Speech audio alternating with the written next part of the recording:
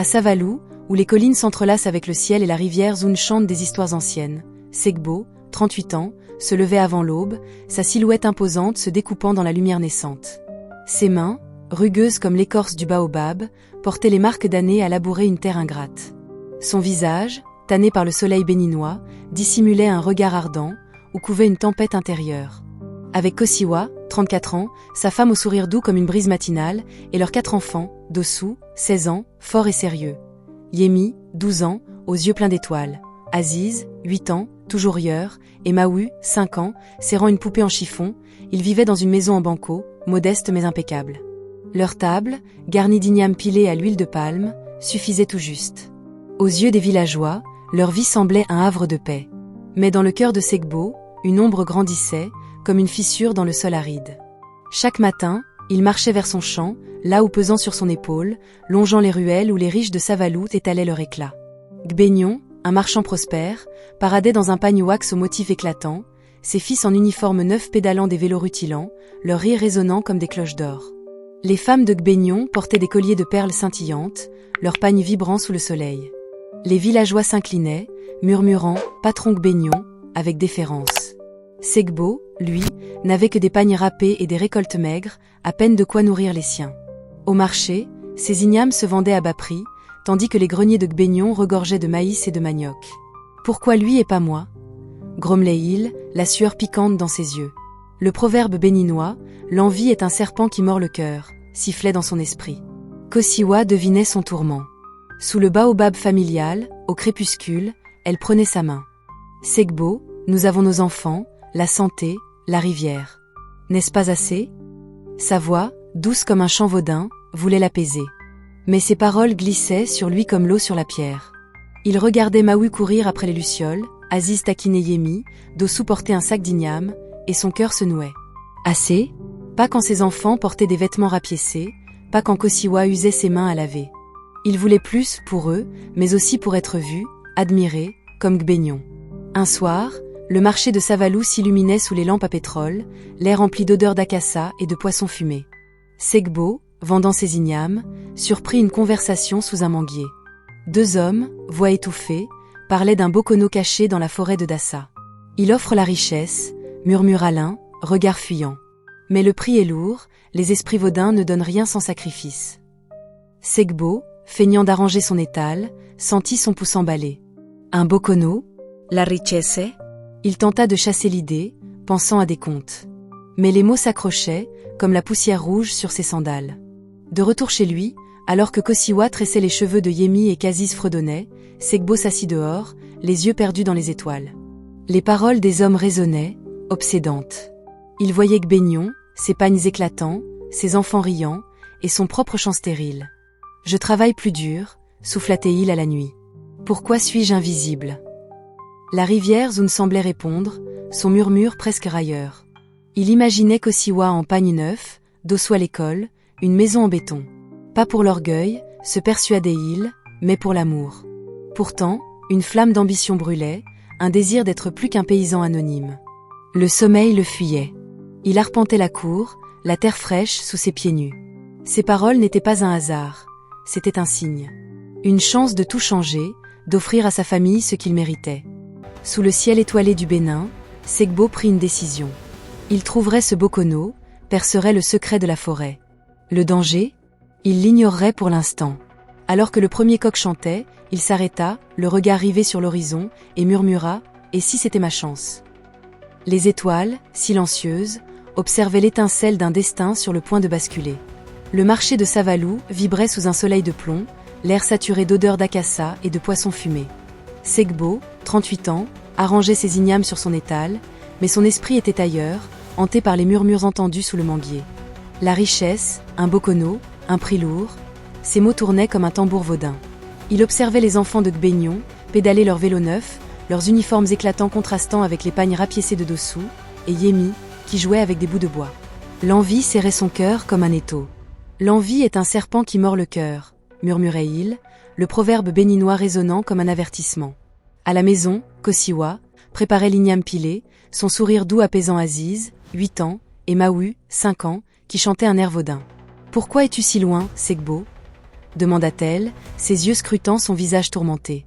Il haussa les épaules, incapable d'avouer la tempête en lui.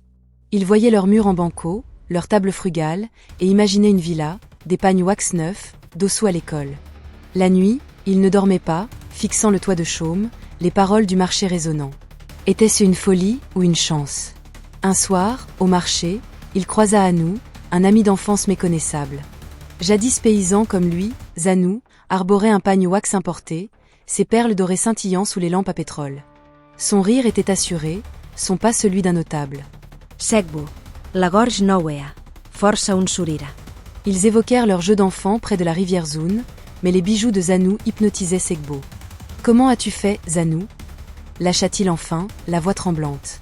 Zanou rit, nerveux, parlant de bénédiction et des affaires. Mais Segbo insista, parle vrai. Le Bokono, c'est lui, n'est-ce pas? Le silence tomba. Zanou, regard fuyant, murmura, dans la forêt de Dassa, le Bokono te donne la richesse. Mais le prix? Sois prudent, Segbo. Ne dis pas que c'est moi. Il indiqua un sentier à suivre à l'aube, puis disparut dans la foule. Segbo rentra, le cœur battant. Kosiwa dormait, Maui blotti contre elle. Il s'assit dehors, sous les étoiles, pesant les mots de Zanou. Une villa, des vêtements neufs, le respect des villageois, tout semblait possible. Mais, prudent, résonnait comme un écho menaçant. Il pensa à Gbegnon, à son rire facile, à ses greniers pleins. « Je mérite ça », murmura-t-il. À l'aube, il se leva en silence, prit un sac, un peu d'eau, et s'engagea sur le sentier. La forêt de Dassa l'engloutit, ses arbres immenses formant une voûte sombre. Les tambours vaudins, lointains, semblaient pulser dans l'air. Après des heures, il aperçut une hutte, ornée de coris et de symboles gravés, une odeur d'encens lourd flottant autour. Son cœur cognait. Était-ce la réponse à ses prières ou une porte vers l'inconnu? Il entra, tremblant. Le Bokonoche, un vieillard au visage ridé, aux yeux noirs comme l'abîme, l'attendait près d'un feu crépitant. Une aura mystique l'enveloppait, son pagne simple contrastant avec la puissance de son regard. Avant que Segbo ne parle, le Bokono leva une main. « Je sais pourquoi tu viens, Segbo. La richesse, le respect. Mais connais-tu le prix ?» Sa voix, grave, semblait vibrer dans les murs. Segbo, pétrifié, hocha la tête. « Je suis prêt. » Le Bokono le fixa, comme s'il sondait son âme, puis jeta une poudre dans le feu. Les flammes jaillirent, bleues, surnaturelles. « Nomme celui que tu sacrifieras, dit-il. » Segbo sentit un froid glacial l'envahir, le sol semblant se dérober sous lui. Dans la hutte du Bokonoche, l'air était lourd, saturé d'encens et de mystère. Segbo se tenait face au vieillard, dont les yeux noirs semblaient percer son âme. « La richesse exige un sacrifice, » déclara le Bokono, sa voix grondant comme un orage. Il tendit une fiole de liquide noir, visqueux, qui semblait avaler la lumière. « Verse ceci près d'un proche, murmure l'incantation. Esprit, prenez cette vie, donnez-moi la vôtre. » Segbo, glacé, saisit la fiole, ses mains tremblantes. Il pensa à Dossou, 16 ans, son fils aîné, robuste, l'espoir de la famille. « Non, » murmura-t-il, mais l'image des pagnes de Gbegnon et de ses greniers pleins le hantait. Le Bokono, impassible, ajouta « Va. Ne reviens qu'une fois l'acte accompli. » De retour à Savalou, Segbo cacha la fiole dans son pagne, le cœur déchiré. Kosiwa cuisinait l'igname pilé, ignorant son tourment. Yemi tressait les cheveux de Maui, pendant qu'Aziz riait en jouant avec un bâton. Leur simplicité le poignardait. Il évitait leurs regards, hanté par le choix impossible. La nuit, il fixait le toit de chaume, la fiole brûlant dans sa poche. Il voyait une villa, des vêtements neufs, le respect des villageois. Pour eux, se répétait-il, mais une voix intérieure criait « C'est ton orgueil ».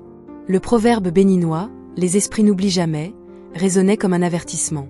Les jours passaient, l'envie le consumait. Il observait Gbegnon au marché, son rire éclatant, ses enfants en uniforme. Segbo, lui, vendait ses ignames à bas prix, invisible. Une nuit, sous un ciel sans étoiles, il céda. Il entra dans la chambre de Dossou, endormi sur sa natte, son visage paisible. Segbo, les larmes aux yeux, murmura « C'est pour tes frères, ta sœur, pour une vie meilleure. » Ces mots sonnaient faux. Il versa le liquide noir près de la natte, une odeur âcre remplissant l'air. D'une voix brisée, il récita « Esprit, prenez cette vie, donnez-moi la vôtre. » Rien ne se passa. Le silence était oppressant. Segbo s'effondra dehors, tremblant, attendant l'aube avec terreur. Au matin, un cri déchira la maison. Kosiwa, réveillé, trouva Dosu immobile, froid, ses yeux clos à jamais. Ses hurlements attirèrent les voisins, qui accoururent, choqués. « Que s'est-il passé » demandait-il. Segbo, muet, feignit l'ignorance, mais la culpabilité le broyait. Kosiwa serrait le corps de son fils, criant son nom comme pour le ramener. Les villageois se rassemblèrent, murmurant des prières vaudins, certains parlant de maladie, d'autres de sorcellerie. Les funérailles furent déchirantes, les danses et guinguins accompagnant le deuil sous le baobab. Segbo, jouant le père brisé, pleurait, mais ses larmes cachaient une peur viscérale. Avait-il vraiment fait cela? Les jours suivants, la maison devint un tombeau. Kosiwa, les yeux vides, vaquait en silence. Yemi, Aziz et Maui pleuraient leur frère, demandant pourquoi il était parti. Segbo évitait leurs regards, incapable de supporter leur douleur. Pourtant, une part de lui s'accrochait à l'espoir du Bokono. La richesse viendrait, se persuadait-il, pour justifier l'horreur. Il priait pour un signe, ignorant que les esprits l'observaient. Une semaine plus tard, dans son champ, il découvrit un épi de maïs anormalement gros, scintillant sous le soleil, comme un présage. Les semaines suivant la mort de Dosu transformèrent le destin de Segbo, mais pas comme il avait rêvé. Ses champs, jadis maigres, explosèrent de vie. Les épis de maïs gonflaient, les ignames débordaient, scintillant sous le soleil de Savalou comme des promesses tenues. Les marchands de Porto Novo affluaient, offrant des sommes généreuses. Les dettes de Segbo s'évanouirent, et il érigea une villa en béton, ses murs blancs éclipsant les maisons en banco du village. Kosiwa portait désormais des pagnes wax neufs, et Yemi, Aziz et Maui fréquentaient une école en ville, leurs uniformes impeccables. Les villageois, éblouis, saluaient Segbo comme « patron Segbo », leur voix teintée de respect. Mais la maison, malgré ses vitres brillantes, était froide, hantée par un vide que l'argent ne comblait pas. Kosiwa, brisé par la perte de Dosu, ne souriait plus. Ses yeux, jadis doux, étaient vides, fixant l'horizon pendant qu'elle servait l'igname pilé. Yemi, Aziz et Maui pleuraient leur frère, leur question « Pourquoi Dosu est parti ?» poignardait Segbo. Il évitait leur regard, la fiole vide dans sa poche brûlant comme un fer rouge. La nuit, des rires d'enfants fantomatiques résonnaient dans la villa, et Segbo, tremblant, se persuadait que c'était le vent. Il buvait du sodabi, l'alcool local, pour noyer sa culpabilité, mais le visage paisible de Dosu hantait ses rêves. Le proverbe béninois, « La richesse sans cœur est une maison vide », pesait sur lui comme une malédiction. Au marché de Savalou, les rumeurs enflaient. Certains villageois murmuraient « sorcellerie », jetant des regards méfiants à Segbo. D'autres, impressionnés, lui demandaient conseil, croyant à une bénédiction divine. « Chance et travail », répondait-il, un sourire forcé masquant son tourment. Il achetait des cadeaux, poupées pour Maui, livres pour Aziz, mais rien ne ramenait la lumière dans les yeux de Kosiwa. Il croisait Gbegnon, dont l'opulence semblait désormais fade face à sa propre villa. Pourtant, le respect des villageois sonnait creux, leur salut teinté de crainte plus que d'admiration. Segbo, jadis invisible, était maintenant une énigme, un homme à la fois envié et redouté. Une nuit, alors qu'il buvait sous le baobab, un cauchemar le saisit. Le Bokono-tché, ses yeux noirs comme des puits, apparaissait, murmurant « Les esprits veulent plus ». Segbo se réveilla en sueur, le cœur battant. Il tenta d'ignorer l'avertissement, se noyant dans ses affaires, contrat avec Porto Novo, nouveaux champs achetés. Mais les rires fantomatiques s'amplifiaient, et la villa, si belle, semblait se refermer sur lui. Il évitait la forêt de Dassa, craignant le Bokono, mais son ombre planait. Kosiwa, un soir, le fixa, ses yeux pleins de douleur. « Dosu me manque, Segbo. Pourquoi nous ?» Il détourna le regard, muet, la culpabilité le rongeant. Il se répétait que ce sacrifice était pour eux, mais une voix intérieure criait « C'est ton orgueil ». Les villageois, ignorant du pacte, enviaient sa fortune. Les enfants cessaient de jouer près de la villa, chuchotant que des esprits y rôdaient. Segbo, seul dans sa chambre, entendait des pas légers dans les couloirs. Il vérifiait, mais il n'y avait rien, que le silence oppressant. La fiole vide, qu'il n'osait jeter, semblait pulser dans sa poche. Il priait pour que les esprits se contentent de Dosu, mais une peur sourde grandissait. Alors qu'il inspectait ses champs, un marchand lui tendit un contrat juteux, mais au même moment, un vent glacial souffla, et Segbo crut voir l'ombre de Dosu parmi les épis, immobile, accusatrice. 8 mois après la mort de Dosu, la villa de Segbo, brillait sous le soleil de Savalou, mais son éclat masquait un tombeau. Kosiwa errait dans les couloirs, son pagne wax neuf contrastant avec son regard éteint. Yemi, Aziz et Maou portaient des uniformes impeccables, mais leur rire s'était tu. La maison, jadis pleine de vie, résonnait de silence pesant. Segbo buvait du sodabi pour étouffer les rires fantomatiques qui hantaient ses nuits. Les cauchemars s'intensifiaient. Le Bokonoche, ses yeux noirs sans fond, murmurait « Les esprits veulent plus ». Segbo, terrifié, évitait la forêt de Dassa, mais une force invisible le tirait vers elle. Les villageois, autrefois admiratifs, chuchotaient désormais avec méfiance. « Sa richesse est maudite », disait-il, évitant la villa. Les enfants fuyaient Segbo, l'appelant « l'homme hanté ». Il tentait de se perdre dans ses affaires, contrat avec Porto Novo, nouveau champ, mais la culpabilité le dévorait. Kosiwa, un soir, le confronta « Pourquoi tout va mal, Segbo ?» Ce n'était pas normal. Ces mots, pleins de douleur, le transpercèrent. Il détourna les yeux, incapable de répondre, la fiole vide pesant comme une pierre dans sa poche. Une nuit, poussé par ses cauchemars, Segbo céda et retourna dans la forêt. Le sentier de Dassa, sombre et silencieux, semblait l'appeler. À la hutte du Bokonoche, une assemblée d'hommes riches, vêtus de noir, l'attendait. Il reconnut des visages, Gbegnon, Zanou, leurs regards lourds de secrets. Le Bokono, au centre, tenait une calebasse d'eau où flottait un charbon. Il tourna lentement, s'arrêtant devant Segbo. « Une vie par an, déclara-t-il, sa voix glaciale.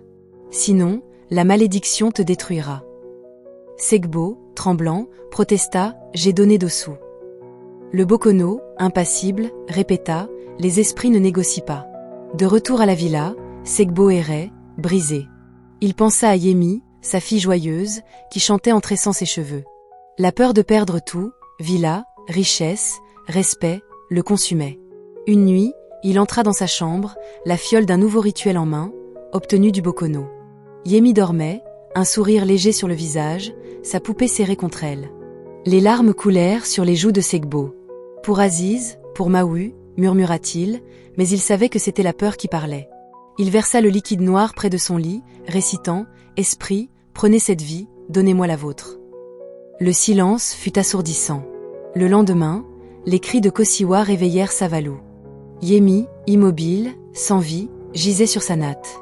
Ses hurlements attirèrent les villageois, qui murmurèrent « sorcellerie » avec effroi. « 2 enfants en 1 an », disait-il, leurs regards accusateurs rivés sur Segbo. Il organisa des funérailles grandioses, dansait guinguin et prières vaudin, mais son chagrin fin ne trompait personne. Kosiwa, dévasté, le fixa, sa voix brisée. « Que as-tu fait, Segbo ?» Elle prit Maou par la main, rassembla ses affaires et quitta la villa, Aziz pleurant à ses côtés. Segbo, seul, s'effondra, les murs de sa villa résonnant des échos de sa famille perdue. 3 ans après le sacrifice de Dossou, puis de Yemi, la villa de Segbo n'était plus qu'une ruine sous le soleil implacable de Savalou. Les murs en béton, jadis éclatants, se fissuraient, envahis par les herbes sauvages. Le toit fuyait, la cour était un chaos de ronces. Segbo, méconnaissable, errait en haillons, ses cheveux blanchis, son regard hanté par la folie. Sa dernière offrande, Aziz, 8 ans, son fils rieur, avait été réclamée 1 an plus tôt par le Bokonoche, dans une cérémonie où le charbon dans la calebasse s'était encore arrêté devant lui. Chaque sacrifice alourdissait son âme, mais la peur de la malédiction l'enchaînait. Kosiwa et Maou, partis après la mort de Yemi, avaient disparu, laissant Segbo seul dans une maison où résonnaient des rires d'enfants fantomatiques. Les villageois de Savalou l'évitaient, leurs murmures désormais des accusations ouvertes. L'homme maudit, disaient les enfants, fuyant à son approche. Les anciens, autour des feux, racontaient son histoire comme un avertissement, Segbo a vendu son âme aux esprits. Sa richesse, toujours intacte, contrat de Porto Novo, champ prospère, n'avait plus de sens. Les domestiques, effrayés par ces crises où il parlait aux ombres, avaient fui. La villa, autrefois symbole de triomphe, était une prison. La nuit, Segbo voyait Dossou, Yemi et Aziz dans ses rêves, leurs visages accusateurs. Il criait leurs noms, mais seul le silence répondait. Le sodabi, qu'il buvait sans mesure, n'apaisait plus sa douleur. Le proverbe béninois, l'or brille, mais l'amour dure, le hantait, un rappel cruel de ce qu'il avait perdu. Désespéré, Segbo retourna à la forêt de Dassa. Le sentier, jadis mystérieux, était maintenant une plaie ouverte, les arbres semblant murmurer des reproches. La hutte du Bokonoche, inchangée, exhalait une odeur d'encens suffocante. Le vieillard l'attendait, ses yeux noirs dénués de pitié. « J'ai tout donné », pleura Segbo, s'effondrant. « Mes enfants, ma femme, ma paix. » Le Bokono, impassible, répondit « Les esprits prennent tout. Si tu cesses, ton sang sera le leur. » Segbo supplia, implora une issue, mais le vieillard se contenta de répéter « Tu as choisi ce chemin. » Segbo repartit, brisé, les ronces déchirant ses vêtements, son esprit en lambeaux. De retour à Savalou, il errait, évité de tous. Les nuits étaient insoutenables, remplies de visions, Dossou labourant, Yémi chantant, Aziz riant. Parfois, il voyait leurs ombres dans la villa, leurs yeux pleins de reproches. Il trouva une vieille photo, prise avant le premier sacrifice, Kosiwa souriante, Dossou riant, Yémi et Aziz jouant, Maui bébé dans ses bras. « Pardon », murmura-t-il, les larmes coulant, mais ses mots se perdaient dans le vide. Les esprits, impitoyables, n'offraient pas de rédemption. Sa fortune, inutile, ne servait qu'à payer des banquets solitaires, où personne ne venait. Un matin gris, poussé par un désespoir sans fond, Segbo se rendit à la rivière Zoun. L'eau, calme et froide, reflétait un ciel chargé de nuages. Il s'agenouilla, regardant son reflet, un vieillard brisé, loin de l'homme robuste d'autrefois. Dans l'onde trouble, il crut voir Dossou, Yémi et Aziz, leurs visages accusateurs, puis Kosiwa, pleurant. Submergé, Segbo s'effondra, sanglotant comme un enfant. « Pardon » cria-t-il, mais la rivière restait muette. Il entra dans l'eau glaciale, le courant l'enveloppant. Il ne résista pas, laissant la Zoun emporter son corps et son fardeau. Une étrange pelle envahit, la première depuis des années. Le lendemain, des pêcheurs trouvèrent son corps sur la berge, à quelques kilomètres de Savalou. Son visage, marqué par la folie, semblait apaisé, comme si la rivière lui avait offert le repos que la vie lui refusait. Les villageois se réunirent, certains pleurant l'homme qu'il fut, d'autres y voyant une leçon. Les anciens, autour du feu, contèrent son histoire. Segbo chercha l'or dans les ténèbres et paya le prix ultime. La villa s'effondra, envahie par la forêt, comme si la nature reprenait son dû. La légende de Segbo devint un avertissement à Savalou, n'enviez pas les richesses que vous ne comprenez pas.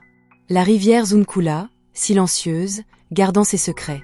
Si cette histoire vous captive, mettez un pouce bleu, abonnez-vous avec la cloche, et partagez pour plonger vos amis dans ce conte béninois plein de cupidité et de frissons. À très vite pour une autre histoire.